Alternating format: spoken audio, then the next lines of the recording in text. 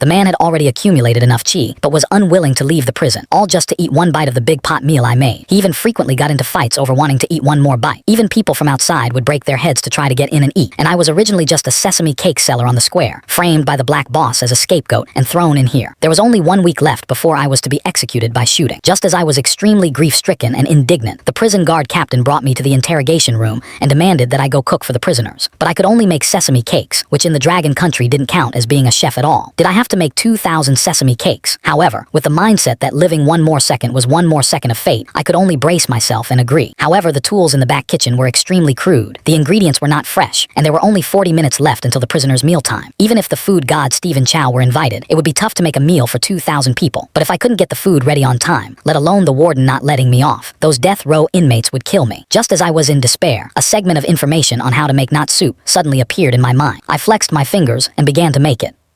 At the same time, in the exercise square of the heavy punishment area in District 1, Peter, with his buzz cut, was leaning back in a chair sunbathing. This person could call the wind and summon the rain whether in prison or outside. He was a true prison tyrant.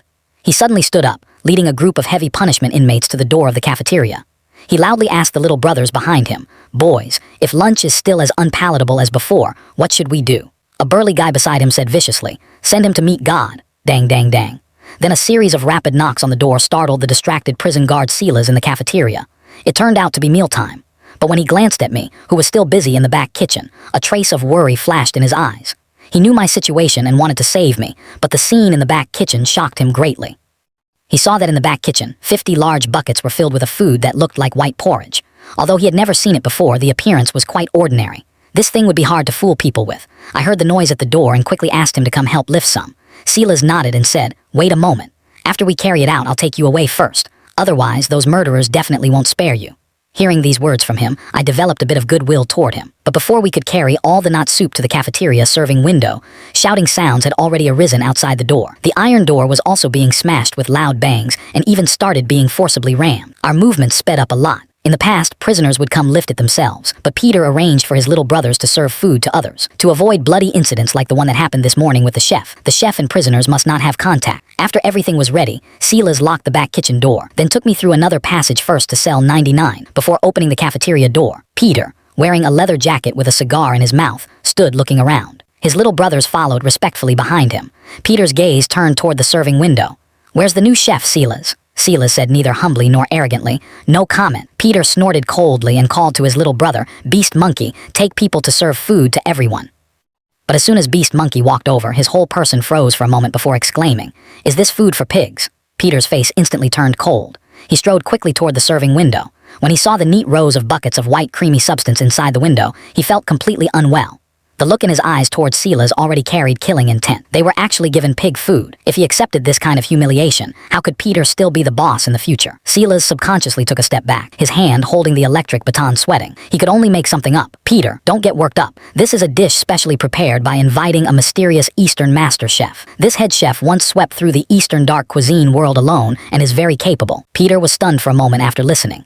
He didn't quite understand some of the words, but it sounded very impressive. At this moment, a trace of curiosity arose in his heart. What is this dish called in the mysterious ancient Eastern country? Silas had already asked me earlier and pronounced it with a foreign accent, saying "Ji de Tang, not soup." After speaking, he was about to turn and leave but was grabbed by Peter. "Brother, you have to stay here." With that, he picked up a nearby spoon, scooped a bowl for himself but didn't eat it. Instead, he pushed it in front of his little brother Beast Monkey. "Beast Monkey, you've followed me for 2 years. This bowl of soup is for you." Beast Monkey's face twitched, his eyes full of reluctance. From the beginning, he hadn't believed Silas's nonsense, but he couldn't disobey the boss's words. He could only pick up the bowl and take a sip at his lips, who knew that in the next moment his whole person was struck as if by lightning, standing rigidly in place. A warm, happy feeling spread from his tongue throughout his body, as if he saw his childhood self lying in his mother's arms, and even saw God smiling at him. Beast Monkey felt he was going to die of happiness. Peter saw Beast Monkey's expression and felt deep doubt in his heart. He directly scooped a bowl for himself. In an instant, his whole person exploded, producing a hallucination as if he were in a childhood rocking chair being warmly cared for by his mother. Everything was so real that he didn't even notice his own face was already streaming with tears.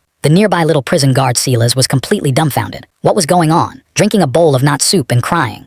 Look at these country bumpkins who had never eaten dragon country cuisine, and they were even the big shots. They were simply trash. But looking at the situation, his little life was saved. The group of little brothers nearby saw the boss and Beast Monkey drinking porridge and looking like they were about to die of enjoyment. One by one, they couldn't hold back and excitedly each scooped a big bowl and drank it. Their faces were all filled with indescribable happiness and joy. By this time, Peter had already downed 3 big bowls in a row.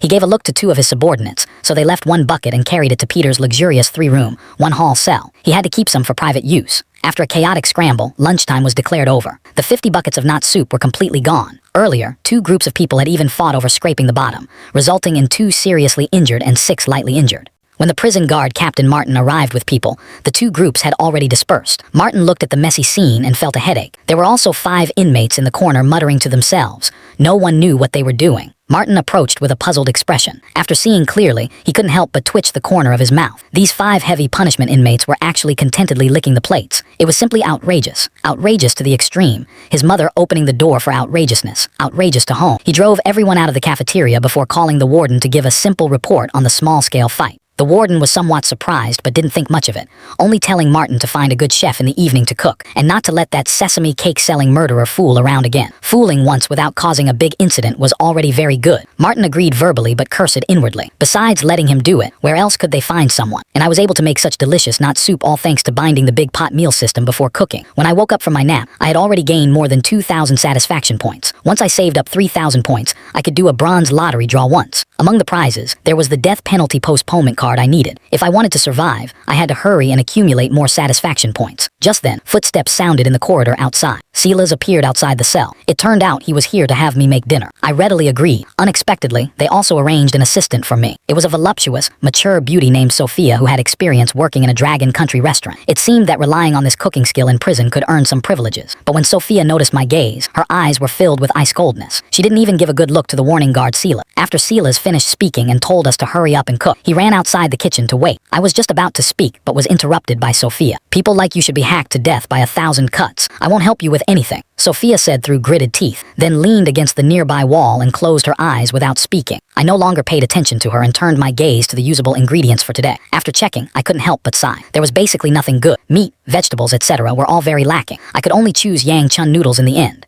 In District 1's number 1 cell, Lida was nervously watching the medical doctor. Is there any possibility my brother will wake up? With your brother's condition, the probability of waking up is less than 1 in 10,000.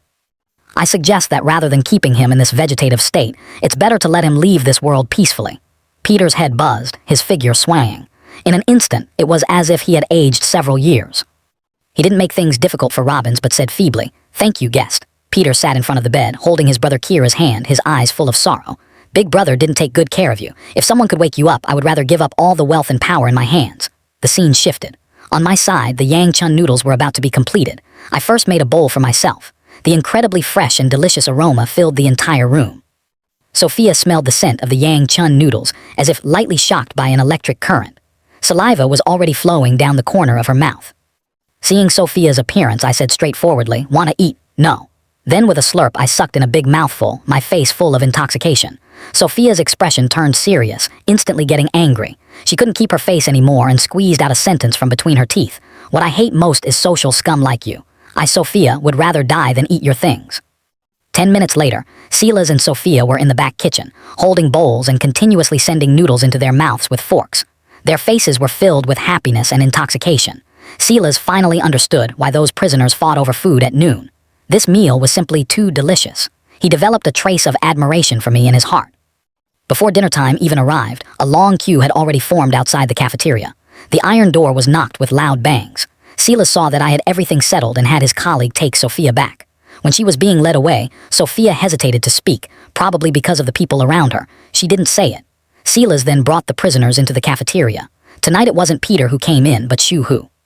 Like at noon, Beast Monkey led several little brothers into the serving window to serve food to the queued prisoners. Seeing the noodles floating in the bucket, Beast Monkey's momentum faltered. Then he frowned and complained softly, "How is it noodles again? I hate noodle dishes the most. The boss hates them even more." But because the meal I made at noon was good, he didn't make things difficult for me. I smiled faintly. This noodle of mine isn't something you can eat just by scooping it out. It needs to be paired with a high-temperature soup I personally prepared. With that, I reached out and lifted the lid of the nearby large insulated bucket. In an instant, the delicious aroma surged out along with the steaming hot air from the insulated bucket, rapidly spreading throughout the entire cafeteria. Everyone swept by the aroma trembled all over, saliva flowing freely. "Beast Monkey, bro, hurry up and start serving. Brothers really can't stand it anymore." Beast Monkey didn't rush. He took 2 steps forward, looked into the insulated bucket, and was briefly dazed by the aroma. Then he hurriedly packed 5 portions for the boss before starting to serve the prisoners. In number 1 cell, Big Cat was holding back a fire in his heart because of his brother's matter, with nowhere to release it. At this time, Byulong brought 2 little brothers, swaggering as they carried an insulated bucket in. Because they were afraid that delaying too long would affect the taste of the food, they forgot the rule that one must report first upon entering. As a result, they were given a harsh scolding by Peter. The 3 were so nervous they were dying, their hearts in turmoil. Upon learning that dinner was noodle dishes, Yang Chun noodles, Peter slammed the table hard. His gaze toward Byulong was full of ice-coldness. Byulong hurriedly knelt down, not daring to say another word, not even able to beg for mercy. The 2 little brothers beside him were so scared they collapsed to the ground. Then came a roar, "Go kill that chef for me." Who knew that at this moment his brother's hand suddenly grabbed Peter. Instantly, tears poured down like a spring, wetting the quilt. Kira's somewhat dim eyes stared at Peter, his lips moving slightly as if saying something. Peter quickly recovered from the shock, gently leaned closer to Kira, and finally heard Kira's weak voice like a mosquito. "Bro, what meal? Smells so good. I'm so hungry." Peter was overjoyed upon hearing this, weeping with joy. He quickly asked his little brother, "Has the Yang Chun noodle been eaten up?" Luckily, there was still some left at the bottom. Although Peter couldn't swallow his pride, for his brother he could only brace himself and have them bring it over. At this moment, Peter's mood was greatly improved. He patiently said to his little brother, "It's not that I want to eat it. It's that the aroma of this noodle woke Kira from his vegetative state. After the doctor checks later, he might eat some." The 3 little brothers were stunned on the spot upon hearing this. Ultimately, after a consultation by 3 experts, they unanimously determined this was an unreplicable miracle in medical history. Peter used his connections to send his brother overnight to the best hospital for recovery treatment. When leaving, at his brother's strong request, Peter took the insulated bucket containing a bit of Yang Chun noodles with him. This action made the ambulance crew who came to pick him up very surprised. The hospital wasn't short of food. After I finished dinner, I was sent back to cell 99 by the prison guard Silas. Because of this Yang Chun noodle meal, my death penalty was successfully postponed by 7 days. However, what I didn't know was that the black boss who had framed me as a scapegoat, upon learning of my postponement, immediately contacted the desperados in the prison, ordering them to deal with me within 6 days. The next day before dawn, I arrived at the back kitchen of the cafeteria. At this time, Silas arrived with Sophia. Sophia looked in good spirits, but her gaze toward me was somewhat evasive. She had also dressed up a bit, but I ignored her. First, I checked the ingredients, which were still so shabby. After sighing, I ultimately decided to make steamed buns and the Big General. With the cooperation of the 2, the steamed buns and Big General were soon about to be completed. Sophia looked at the formed steamed buns in the steamer, her eyes full of doubt. "This thing doesn't look like bread or pizza. Is it edible?" But thinking of my Yang Chun noodles from last night, she didn't think much more. By now, many prisoners were already knocking on the cafeteria door. This made even Silas dumbfounded. Normally, meals started at 7 in the morning, but now it was only 6:30. Were these prisoners crazy? He approached the door from inside the cafeteria and listened. The content of the shouting made him even more stunned. "Open the door quickly, we want to eat. God, open the meal already. We really can't stand it anymore. Stop tormenting us." Silas's face twitched. This wasn't eating. Even quitting drugs wasn't this exaggerated. I also sped up the production. Soon, only the final stir-frying of the sauce was left. This thing couldn't be done by machine. It had to be done by hand. The huge 30-jin iron wok was casually tossed and stir-fried by me with ease. When Sophia and Silas saw this scene, they were shocked on the spot. To precisely control a 30-jin iron wok like this, it was impossible without 10 or 8 years of practice. But now I was clearly only in my 20s. Could this young man have been practicing wok tossing since he was 10? It was simply unbelievable. Finally, 10 minutes later, the steamed buns and Big General were completed. The prisoners outside the cafeteria were crashing against the big iron door like madmen, producing rumbling sounds. Especially the leading beast monkey, who was shouting that if the door wasn't opened, they would forcibly ram it. I quickly called Sophia and Silas to help.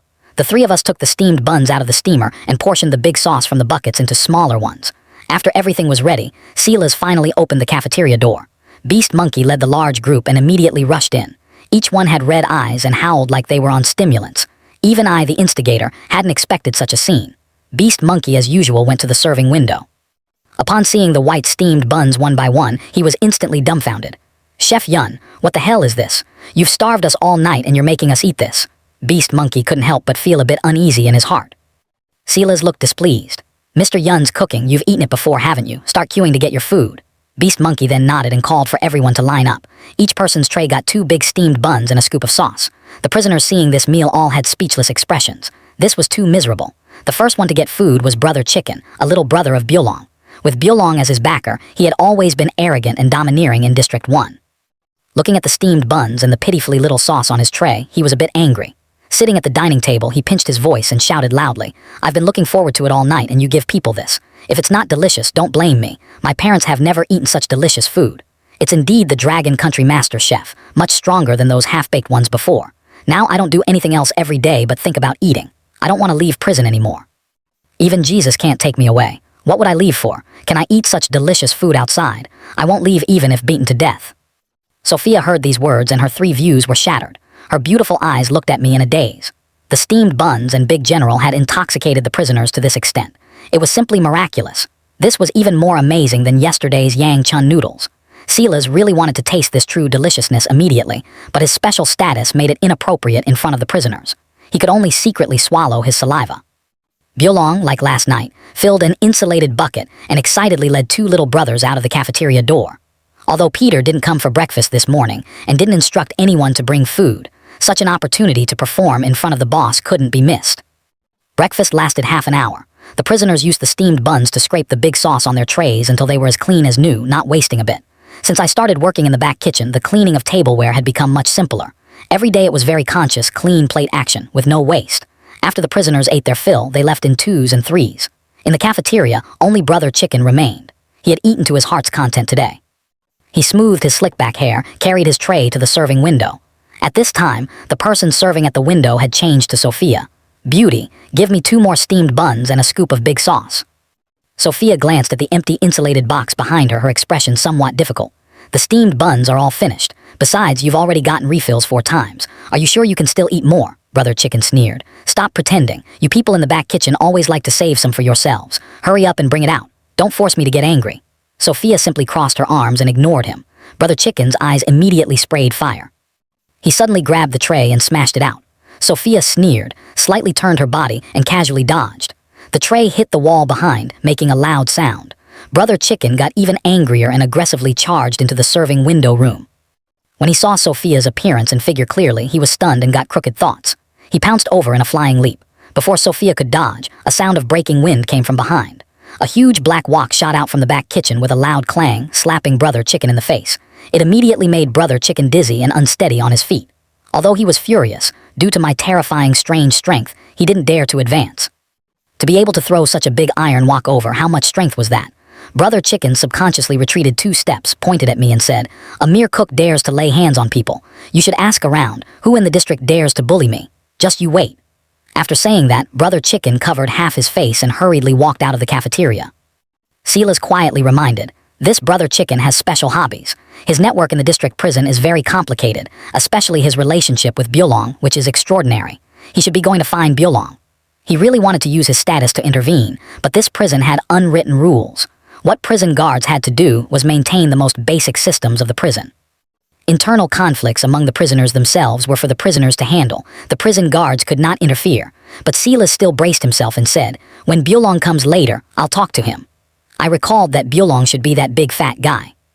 Sophia gently tugged at the corner of my clothes, her face showing a charming smile. I was just about to speak when the cafeteria door suddenly opened. It was actually Byulong with 2 little brothers walking in quickly, looking urgent as if something had happened. They happened to run head-on into Brother Chicken, who was about to go out. Brother Chicken's eyes immediately reddened, almost crying. His eyes were full of grievance, like a little wife who had been bullied. "Brother Long, that damn chef hit me." "Woo woo woo, you have to stand up for me."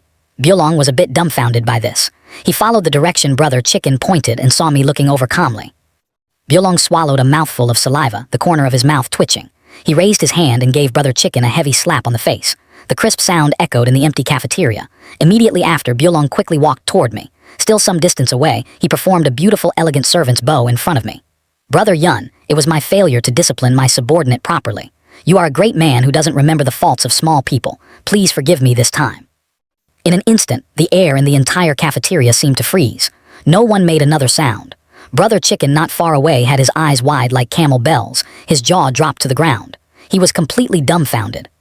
Silas's eyeballs nearly exploded. The humanoid ferocious beast Byulong, upon seeing me, was like a mouse seeing a cat. It was unimaginable that this was real. After working in the prison for many years, it was the first time seeing Byulong like this. Sophia's pretty face was written full of shock, and her eyes also mixed with some excitement, as if she had discovered some incredible treasure. Her eyes were glowing with golden light. I slightly raised my eyebrows and asked softly in confusion, "Do we know each other?" Byulong showed an obsequious smile. "The boss said that from now on, seeing you is like seeing the boss. The boss asked me to invite you over. You'll know the specific reason when you go." After Byulong finished speaking, he respectfully waited for me to speak without a bit of impatience.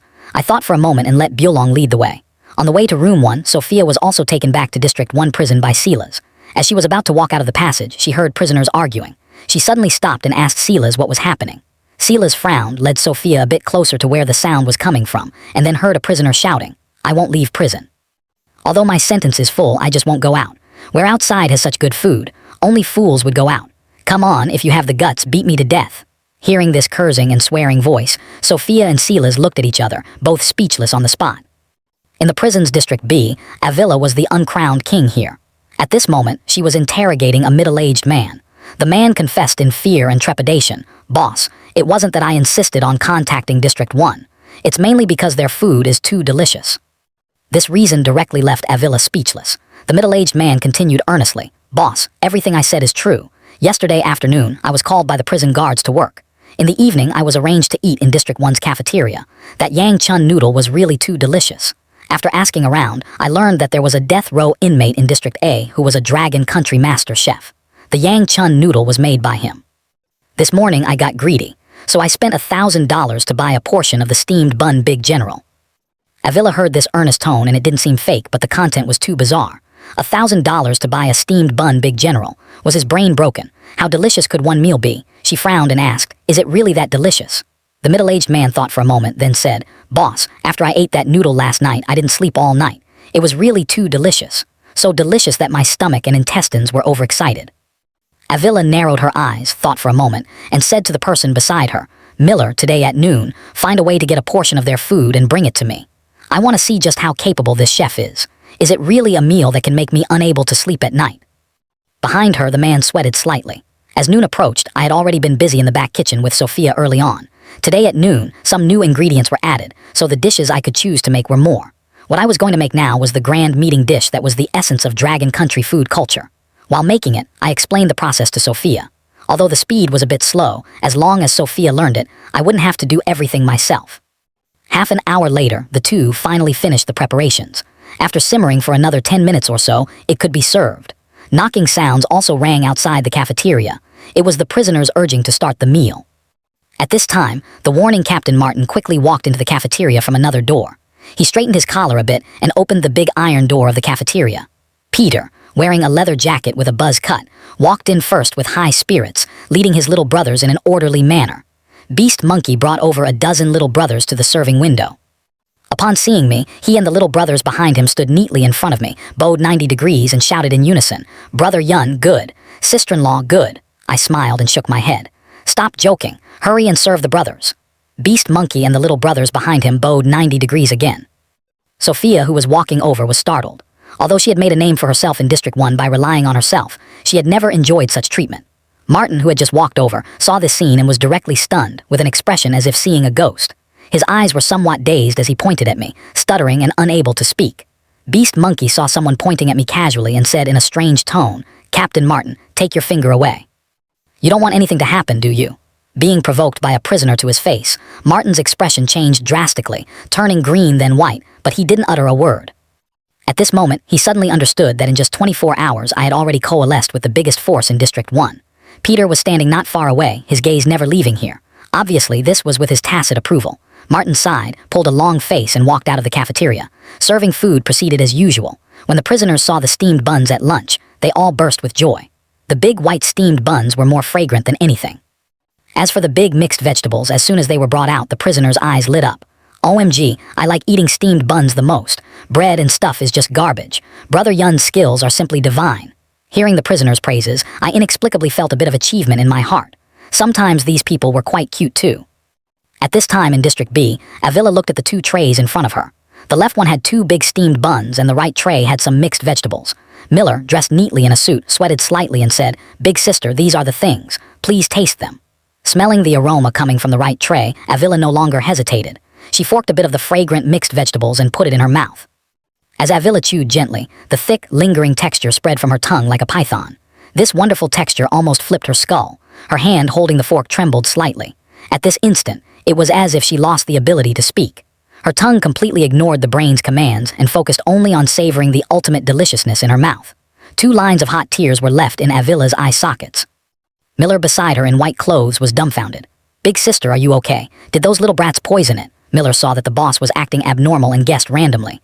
Avila waved her hand to tell Miller not to think wildly. She ate the steamed buns in big bites by herself, her face full of satisfaction. After eating the 2 big steamed buns and finishing the mixed vegetables, she said, "I still want more. Is there any left?" Miller was instantly dumbfounded. "None left." Avila's beautiful eyes suddenly looked at Miller and said coldly, "Then there's no choice. District B actually has such a powerful chef, but we in District B don't. If this continues, everyone will want to transfer to District A. Our District B will be completely finished. Go notify the brothers. During afternoon exercise time, collectively make some noise." Soon the warden's office received news of District B prisoners collectively causing trouble. "Bastards, are they crazy? That Avila is leading it." Martin wiped cold sweat. "I don't know, but their demand is very clear. They want to change the chef to one like in District A." The warden was stunned. "Chef Yun isn't from Dragon Country. They want to eat dark cuisine too." On the other side, in the prison cold storage, I discovered a very small amount of frozen meat. Upon opening it, wow, there were cow sides, pig sides, horse sides, all kinds of sides. It was quite interesting. So I mixed them together and refined a small jar of honey sauce, wanting to secretly keep it for myself. Because there weren't enough hands in the kitchen, they transferred another girl named Bebe from District 1 to me. Upon seeing me, Bebe snorted coldly. "What? Sophia, the Dragon Country master chef you mentioned isn't this person, right?" Bebe, stop messing around. Brother Yun's cooking is really magical. Just looking, he's a perverted guy. Don't waste this young lady's time. Before she finished speaking, I grabbed the back of her neck. "No, let go, let go." But I still kept a straight face. Sophia didn't plead. Young Miss cried, "It's my fault. Hurry and let me down." Only then did I start cooking. When preparing the dishes, Sophia discovered a small bottle of jam in the corner of the kitchen. Remembering that after I added seasonings, the ingredients would become very delicious, she originally wanted to add just a little, but her hand slipped and the whole bottle went in. It shouldn't be a problem, right? On the other side, because the mafia boss had issued a kill order on me, a fierce-looking prisoner in District C soon accepted the job. He smiled. "The chef, right? I hope you don't disappoint me tonight."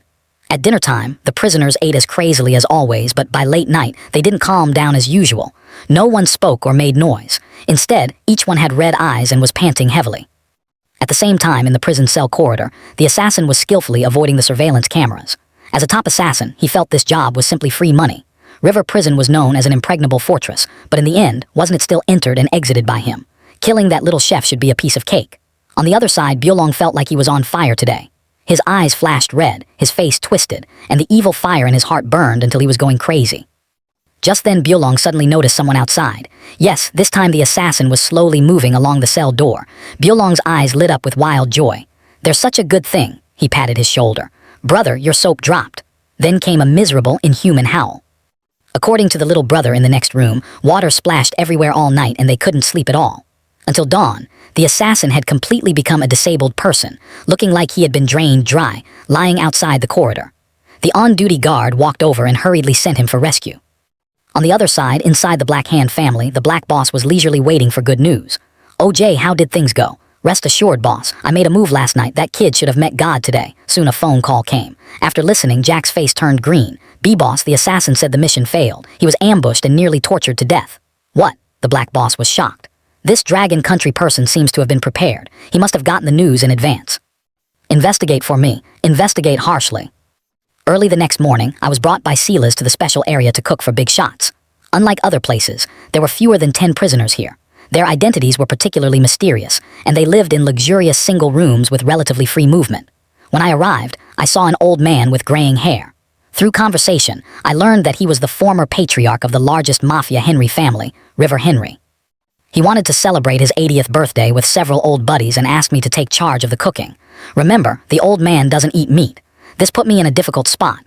The prison kitchen only had that little stock, and a birthday banquet needed at least 18 dishes, and they couldn't have meat. What to do? At this time, the prison guard Silas delivered a new machine.